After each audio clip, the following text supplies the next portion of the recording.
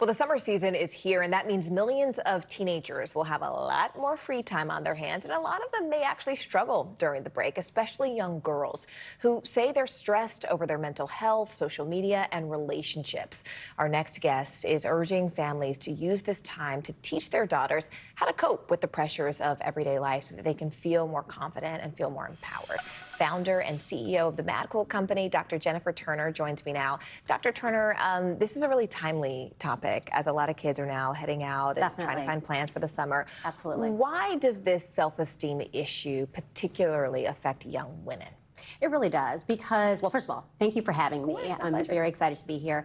You know, girls often just don't think of themselves, when I talk to adolescent girls, often they feel like they're not measuring up. You know, there's so many pressures that they're dealing with in terms of social media and different images that are basically telling them how they should be in the world. And they're really struggling with how should they be? How empowered should they be? Should they stick to their values? And what are those values? So it's really hard for them.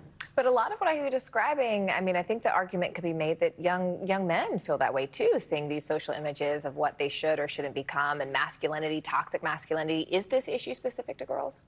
Well, I think we have seen, unfortunately, a lot of issues in terms of toxic masculinity. Let's face it, our youth in general are in crisis right now. But with young girls, they're struggling with eating disorders and depression and a sense of just not measuring up. And what's interesting about young girls is that this type of behavior, this is the kind of thing that we actually also see in older women. Older women also feel like they are not measuring up. So there's something that we're messaging to our young girls where they are having that kind of thought as a young person, and it is also translating into older women as well. What do we do about it? So first of all, you know, with girls, we really have to talk to them about how are you, first of all, talking to yourself? Right? You know, how do you communicate with yourself? Do you say nice things to yourself? Do you talk to yourself in a way that actually improves your self-esteem? Do you talk to your friends in a way that improves their self-esteem? Sometimes girls end up tearing each other down, and we can't do that. We have to have positive affirmations. What do I do well? What am I capable of, right? What are my friends capable of? How do we lift each other up? How do we support each other? So much of this is around self-awareness, and so much of this starts with your own personal agency. You talk about the questions we can ask ourselves, but just briefly, I mean, you also talk about the important physical component and exercises people can do. What are they? Yeah.